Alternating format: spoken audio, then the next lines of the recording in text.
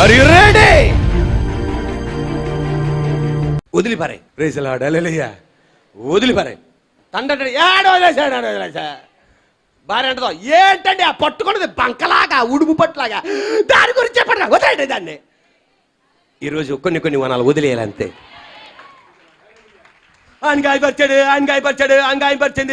ఓ పట్టుకొని. కొంతమంది మొగోళ్ళు ఉంటారండి, మన నరేంద్ర మోడీ గారు కూడా అంతగా ఆలోచించరు. మా మొగోళ్ళు అప్పుడప్పుడు మా అమ్మలు వెళ్ళి ఇక్కడే ఉన్నారా అనాల. Are you ready? వదిలిపారే. గడి చెప్పండి, చెప్పండి అమ్మా. ఇక్కడ అనరు, అదే ఇంట్లో అంటారా? 1 2 3 గడి చెప్పండి, ఏం చేయండి? వదిలిపారేయండి దాన్ని, అంతే. Praise the Lord. హల్లెలూయా. ఎవరైతే నీకు అన్యాయం చేశారు, ఎవరైతే నీకు మోసం చేశారు, ఎవరైతే నిన్ను ఆ స్థానానికి రానికుండా చేశారు, వదిలిపడేయండి అంతే. ప్రభువా, ఈ లోకం ఎటువంటి లోకం అంటే, సాతానుగాడు నిన్ను గాయపరచడానికి ప్రతిరోజు ఎవడో ఒకడు లేపుతాడు. ఒక స్త్రీనన్న లేపుతాడు, ఒక పురుషునన్న లేపుతాడు. ఎందుకు తెలుసా? నువ్వు గమ్యానికి వెళ్ళనీయకుండా, గురికి వెళ్ళనీయకుండా లేపుతాడు. ఇది గాయపరిచే లోకమని నువ్వు గుర్తెరిగి వాటిని ఏం చేసేయి? వదిలిపడేయి. Praise the Lord. హల్లెలూయా. అప్పుడప్పుడు ఆ సంఘటన జ్ఞాపకం వస్తుంది, దాన్ని సమాధి చేసేయండి. అమ్మయ్యా, ఆ వ్యక్తి అలా చేశాడు, దాన్ని ఏం చేసేయండి. కానీ అప్పుడప్పుడు పునరుద్ధానం వస్తూ ఉంటుంది దీనికి. ఆమేన్. హల్లెలూయా. అలా చేశాడు మళ్ళా పునరుద్ధానం వస్తుంది. నువ్వు అనాలి, పునరుద్ధానుడని యేసునామములో దీన్ని సమాధి చేసేస్తాను అంతే, దీన్ని సమాధి చేసేస్తాను అంతే. మళ్ళా నేను జ్ఞాపకం చేసుకోను. పడవ నీటి పైన ప్రయాణం చేస్తుంది, ఓడ నీటి పైన ప్రయాణం చేస్తుంది. పడవ నీటి పైన ప్రయాణం చేస్తుంది, ఓడ నీటి పైన ప్రయాణం చేస్తుంది. ఎప్పుడు ప్రమాదం ఉండదు, కానీ బయట ఉన్న నీళ్లు లోనకొస్తే ప్రమాదం జరుగుతుంది. ఓడలో ఉన్నవాళ్ళు, పడవలో ఉన్నవాళ్ళు నీరు లోనకొస్తే ఊరుకోరు, లోనున్న నీళ్లను తోడి పారేస్తారు. అలాగే ఈ లోకంలో నువ్వు వెళ్తున్నప్పుడు నిన్ను ఎవడేం చేయలేడు. బయట ఉన్నవి నిన్ను గాయపరుస్తాయి, మిగతా వాళ్ళు నిన్ను గాయపరుస్తాడు. అప్పుడు వాటిని తోడి బయటపడేసాయి, దేవుని చేతికి అప్పగించే, ముందుకెళ్ళు. మిగతా కార్యక్రమం దేవుడు చూసుకుంటాడు. ఈ ప్రజల్ని మనం తృప్తిపరచలేము. ఆమేన్. మళ్ళీ మీరు డౌట్గా ఆమేన్ అన్నారు. ప్రజల్ని మనం ఎప్పుడు తృప్తిపరచలేము. దేవుని తృప్తిపరచడానికి ముందడిగి వెయ్యండి. ప్రజలు నిన్ను వెంబడిస్తారు. నేను పగ తెచ్చుకోకపోతే ఆయన అలా ఏమనుకుంటాడు, నేను కక్ష తీర్చుకోబట్టే నేను తద్దమని అనుకుంటాడు, పలాని అనుకుంటాడు. ఎవ్వడే వడుకోడు. దేవుడు చెప్పిన మాట నేను వెళ్ళు. వాడు ఎలా అనుకుంటాడు, వీడు ఎలా అనుకుంటాడు, వదిలిపెట్టేయండి. ఒక రోజంట ఒక తాత మనవడు, ఎవరండి గట్టి చెప్పండి మా తాత మనవడినేమో గాడిద పైన కూర్చోబెట్టాడంట. ఎక్కడ కూర్చోబెట్టాడు? గాడిద పైన కూర్చోబెట్టాడంట. మనవడు గాడిద పైన, గాడిద తల దగ్గర ఉంటుంది కదా తాడు పట్టుకొని ఇలా వెళ్తుంటే ఎదరు నుండి ఒక ఆయన వచ్చాడంట.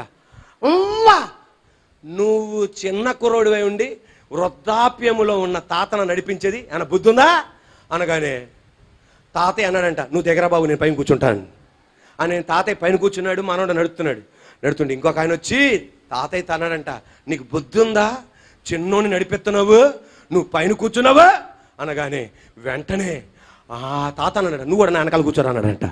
ఇద్దరు కలిసి గాడిద మీద వెళ్తుంటే ఇంకో పెద్ద మనిషి వచ్చానంట. బుద్ధి ఉందా, మీరు ఎంత బరువు ఉన్నారు, గుండ్రాయిలాగా ఉన్నారు ఒక్కొక్కరు, ఇది ఇరిగిపోయి చచ్చిపోయేటట్టు ఉంది అని బుద్ధి ఉందా అంటే, వాళ్ళిద్దరు కలిసి గాడిద మోసుకొని వెళ్తున్నారంట.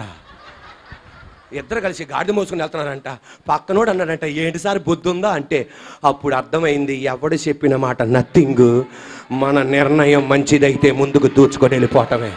ఈ రోజున చప్పట్లు కొడుతుండగా దేవాది దేవుడు అనేది ప్రజల్ని మనం తృప్తిపరచలేము, ప్రజల్ని మనం ఆదరించలేము. దేవుడి చేతికి అప్పగించి ముందుకెళ్ళు, పగ తీర్చుకుంటా దేవుని పని ఐ విల్ రీపే. దేవుడు అనేది ఈ పద్ధతి వద్దు, ఈ పద్ధతికి రండి, ఈ పద్ధతి మనకొద్దు, ఈ పద్ధతికి రండి. అరేడే ఆడిని లేపేస్తా అంటే నువ్వు లేవండి అనకూడదు. ఆడెళ్తుంటే కాలు ఎరగొడతా, నాకు నేను కళ వచ్చిందండి మీరు ఎరగొడతాడు అనకూడదు. వాడంతా చూస్తా అంటే అంత చూడండి, నాకు ప్రశాంతంగా అనకూడదు. ఏమండి, వాళ్ళ అబ్బాయి ఎంతో, మన అబ్బాయి కూడా అంతేనండి. మన అబ్బాయికి ఏమైనా జరిగితే, మన అబ్బాయికి జరిగితే మేము ఎంత వేదన పడతాము, వాళ్ళ అమ్మ కూడా అలాగే బాధపడిద్దండి. దేవుడికి అప్పగిద్దామండి. నువ్వు కట్టేయాలి, నీ భర్త చేతులు కట్టేయాలి అని చెప్పేసి ఇంటికి వెళ్ళి కట్టకండి. అమ్ము, ఆర్ యు రెడీ? పాపం ఇప్పుడే కట్టేస్తున్నారు మా మగవాళ్ళని. కట్టేసేయండి. అంటే తాళ్ళతో కట్టమని కాదు, ప్రేమ వాకులతో కట్టేయండి. హల్లెలూయా. ఆ చెల్లి ఇలాగంటాను, ఆ సూపర్, హల్లెలూయా అంటే ఇందాక నుండి అదే తల అలాగే ఊపుతుంది. అంటే ఈమెకే దేవుడు మాట్లాడుతున్నట్టున్నాడు. అదే ఆమేన్. Are you ready? నీ ప్రేమ వాకులతో నీ భర్త చేతులు కట్టే, నీ ప్రేమ వాకులతో నీ భర్త కాళ్ళు కట్టే, నీ పిల్లల కాళ్ళు కట్టే, దేవుని చేతికి అప్పగించే. 2 చేతుల పైకి మాట చెప్పండి, యేసయ్యా, యేసయ్యా, పగ తీర్చుకుంటా, నా పని అన్నా, నన్ను క్షమించు దేవా. అనేక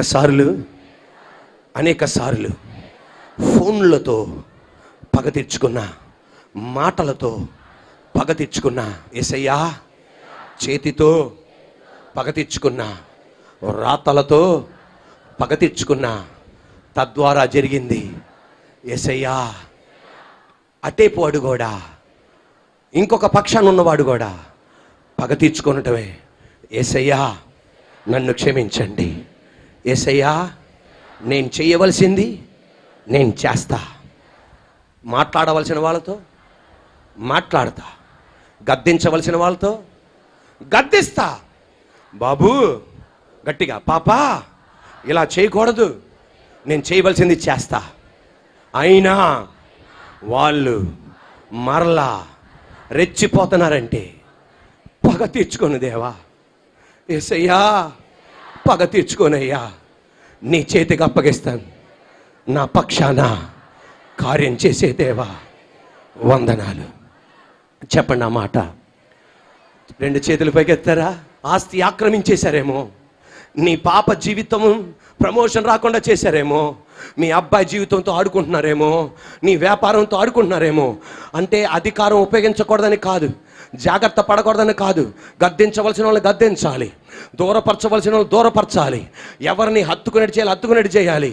కానీ వాడిని చంపడానికి వెళ్ళకు, వాళ్ళని నాశనం చేయడానికి వెళ్ళకు, దేవుని చేతికి అప్పగించు. I will give you the reward, I will give you the reward, I will repay. యేసయ్యకి చెప్పు, యేసయ్యా. ఇక్కడ ఉన్న వాళ్ళు అనేక మంది పగ తీర్చుకుంటేనే కుదిరిద్ది అన్న మనసుతో ఈరోజు వచ్చారు. కానీ ఈరోజు నా మనసు నీళ్ళని తీసాడు.